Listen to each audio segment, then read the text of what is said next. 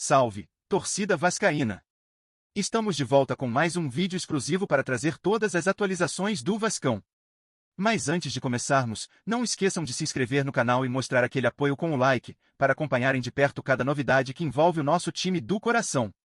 Vasco e Flamengo finalmente chegaram a um entendimento que promete dar um novo rumo ao clássico mais intenso do futebol carioca.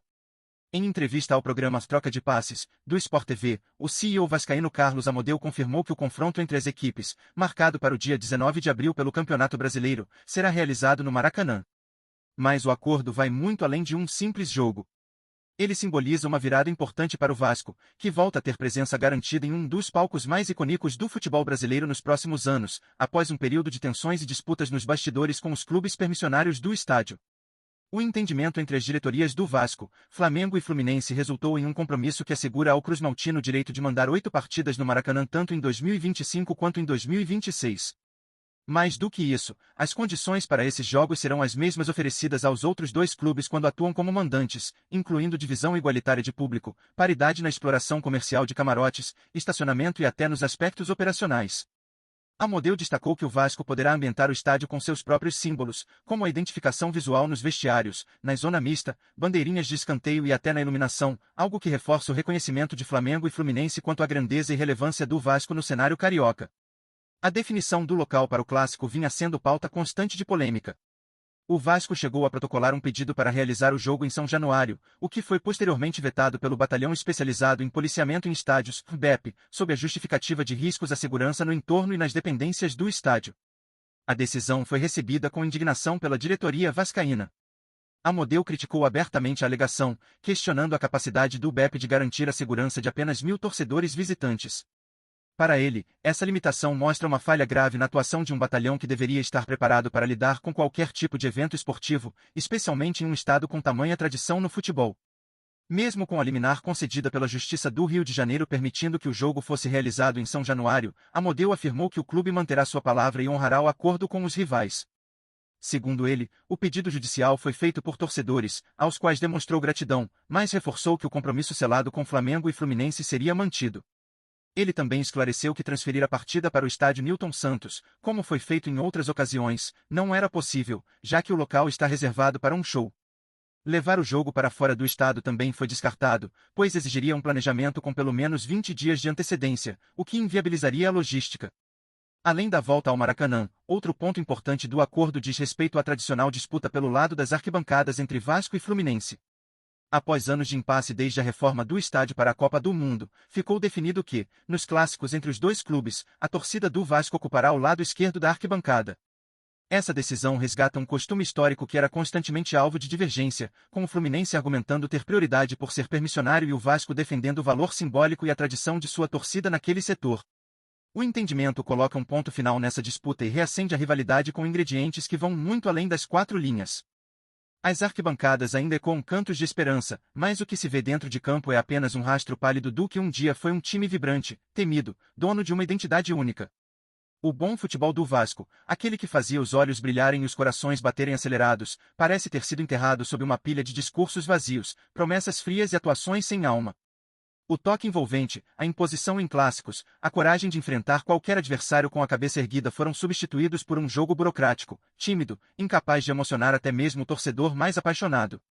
O que antes era espetáculo, hoje se arrasta entre passes errados e decisões indecisas, como se a camisa pesada tivesse esquecido como se joga com grandeza. É doloroso testemunhar essa transformação. Um clube que já foi sinônimo de ousadia e superação, agora se esconde atrás de estruturas e discursos administrativos, como se isso fosse suficiente para reconectar-se com sua essência. O futebol, que sempre foi o principal protagonista dessa história centenária, virou figurante de uma novela onde tudo acontece fora das 4 linhas. O bom futebol vascaíno não caiu de uma vez, ele foi sendo sufocado aos poucos, engolido pela apatia e pela repetição de erros. E quando se olha para o gramado hoje, fica difícil acreditar que, um dia, aquele escudo simbolizava arte, raça e paixão. O silêncio que invade o estádio após mais uma atuação apagada não é apenas frustração, é luto. O que torna tudo ainda mais angustiante é a sensação de que a queda não veio por falta de talento no mundo, mas sim por uma desconexão profunda entre o clube e sua própria essência. O Vasco deixou de formar protagonistas, de acreditar em ideias ousadas, de encantar pelo imprevisível. Em vez de reinventar-se dentro de campo, optou por sobreviver nos bastidores, como se fosse possível reconstruir história com tinta, concreto e contratos.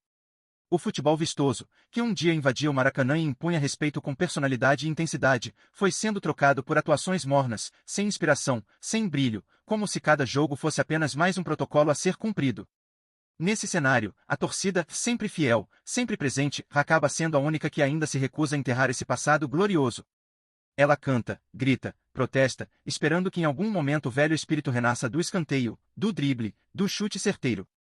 Mas por enquanto, tudo o que se presencia é uma equipe que entra em campo sem alma, sem identidade, tentando sobreviver a cada rodada. O bom futebol do Vasco, aquele que fazia história por onde passava, não morreu de forma trágica ou repentina. Ele foi desaparecendo diante de nossos olhos, aos poucos, sufocado pela indiferença, pela má gestão e por uma dolorosa perda de propósito.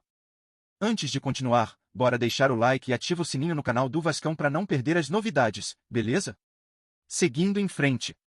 E você, torcedor, que acompanhou esse clube nas vitórias mais épicas e nas derrotas mais doloridas, sente que esse ainda é o Vasco que você aprendeu a amar? Quando olha para o campo, reconhece alguma coisa daquele time que já calou multidões e fez história com a bola no chão? Ou também sente que algo se perdeu no caminho, que o brilho foi substituído por uma sombra persistente que paira sobre cada jogo, cada escalação, cada tentativa frustrada de retomar o protagonismo? Está mesmo satisfeito com esse futebol que não assusta ninguém, que joga como se o empate fosse um alívio e não uma vergonha? Quantas vezes você já se pegou lembrando de lances do passado, de jogadores que vestiam essa camisa como se fosse uma armadura, de partidas que faziam o sangue ferver mesmo quando o placar era adverso? Onde foram parar aqueles momentos em que o Vasco jogava não só por pontos, mas por orgulho, por identidade, por respeito? Hoje, o que se vê é um time que parece ter desaprendido a competir, que entra em campo com medo de errar, sem a mínima criatividade, sem vibração. E é aí que surge a pergunta que não quer calar: você, torcedor, vai aceitar essa versão morna do que um dia foi gigante? Chegou a hora de perguntar em alto e bom som o que estão fazendo com o nosso futebol. O que fizeram com aquele Vasco que inspirava crianças, que arrancava lágrimas de emoção, que enfrentava qualquer um com a coragem de quem sabe o peso do próprio escudo? Será que o clube está mesmo entendendo o que representa para milhões de pessoas ou está se perdendo em discursos institucionais, esquecendo que o verdadeiro valor está dentro das quatro linhas? Torcedor, é sua voz que precisa ser ouvida agora. É você quem carrega nas costas essa história centenária. Não dá mais para se contentar com o mínimo. Não dá mais para aplaudir esforço sem resultado, posse de bola vazia, esquema sem alma. O bom futebol vascaíno não pode continuar sendo apenas uma lembrança contada entre gerações. Ele precisa voltar. Mas para isso, a cobrança precisa vir de quem nunca abandonou você. Então fala, grita, protesta. O que você realmente sente quando vê esse time jogar hoje? O que falta para o Vasco ser Vasco de novo? A resposta pode não vir agora, mas o silêncio também não pode mais ser uma opção. Notícias fresquinhas do Vasco todo dia. Se inscreve no canal e deixa um like pra gente continuar. Comenta o que você pensa sobre as notícias, isso é muito legal pro Vasco. Até o próximo vídeo.